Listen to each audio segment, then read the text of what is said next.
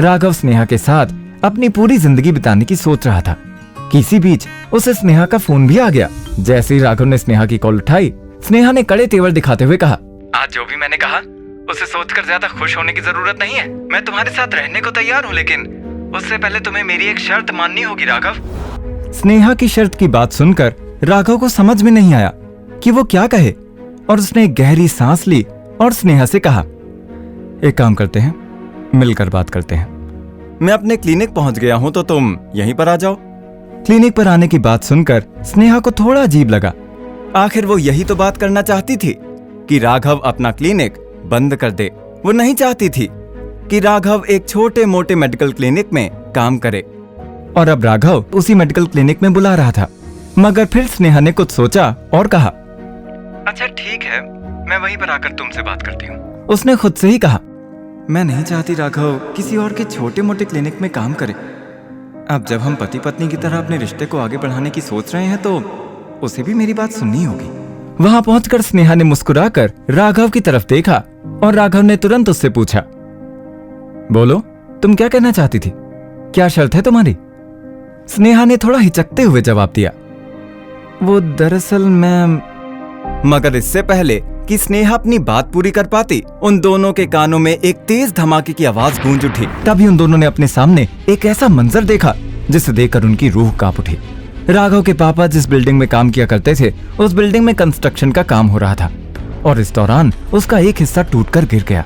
50 floor की building का इतना बड़ा हिस्सा टूटने से वहां पर काम कर रहे काफी मजदूरों को नुकसान पहुंचा था, और देखते ही देखते वहां भगदड़ मच गई। हे भगवान! राघव अपने आप को रोक नहीं पाया और तुरंत उस बिल्डिंग की तरफ भागा। स्नेहा भी राघव के पीछे पीछे काफी मुश्किल से उस जगह पर पहुंच गई। हर तरफ लोग दर्द से कराह रहे थे और उनकी हालत काफी बुरी हो चुकी थी। ये सब देखकर राघव का दिल दहल गया। तभी उसके कानों में किसी की दर्द भरी चीख सुनाई दी, बचाओ, कोई बचाओ, सांस नहीं आ रही। अभी भी मलबे के अंदर काफी मजदूर फंसे हुए थे, और राघव ने आव देखा न ताव तुरंत अपने हाथों से उस मलबे को उठाना शुरू कर दिया। वो उन लोगों का दर्द और तड़प देख नहीं पा रहा था। उसके लिए इस वक्त सबसे ज्यादा जरूरी उन लोगों का इलाज ही था। मगर तभी वहां पर एम्बुलेंस के सायरन की आवाज आने लगी, जिसे सुनकर उसके मन को थोड़ा सुकून पहुंचा कि अब उसके अलावा और लोग भी मजदूरों की मदद करने के लिए आ गए हैं।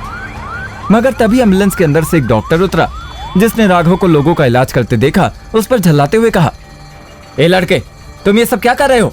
चलो हटो वहां से और हम लोगों को अपना काम करने दो। ये सुनकर राघव को बहुत बुरा लगा, मगर उसने चुपचाप उस मजदूर का इलाज करना शुरू कर दिया। ये देख डॉक्टर ने अपने मन ही मन में सोचा, ये लड़का मेरे काम में बहुत दखल दे रहा है, इसे तो मैं बताता हूं कि मैं कौन हूं। तभी वहां पर गाड़ियों का एक काफिला आकर खड़ा हो गया। उसमें से सफेद कुर्ता और पैजामा पहने एक आदमी निकलकर बाहर आया। ये भी पता नहीं क्या मुसीबत गले पड़ गई है, हर दूसरे दिन यहाँ कुछ ना कुछ होता ही रहता है।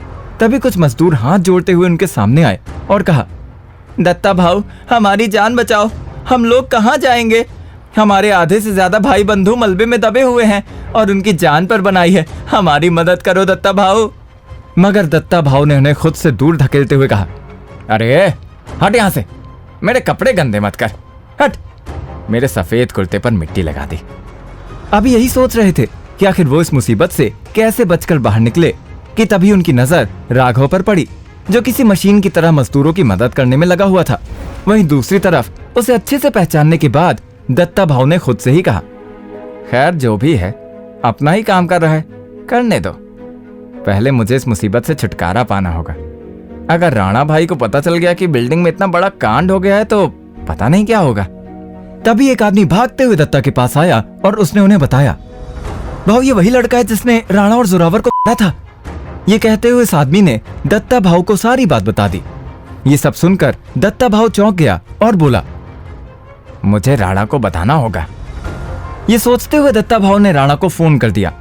फोन पर राणा ने जब राघव का नाम सुना तो बोला, इस बार याद रहे कि मेरा नाम बीच में नहीं आना चाहिए। कुछ ही देर में काफी सारी एम्बुलेंस वहां पर आ गई और एक एक करके मरीजों को ले जाने लगे। तभी वो डॉक्टर राघव के पास आए और उन्होंने कहा, तुम्हारी वजह से इन सारे मरीजों की जान गई है। अगर तुम बीच में नहीं पड़ते तो हम कब का इन्हें लेकर अस्पताल चले गए होते। वहां पर इन्हें अच्छे से इलाज मिला होता और इनकी जान बच गई होती। लेकिन नहीं, तुम्हें तो अपनी अलग ही दुनिया में रहना है ना। ये सुनकर राघव को बेहद हैरानी हुई और उसने तुरंत जवाब दिया, उनके पास इतना समय नहीं था कि हम उन्हें एम्बुलेंस में बैठाकर अस्पताल ले जाएं, इसलिए मैं उनकी मदद कर रहा था।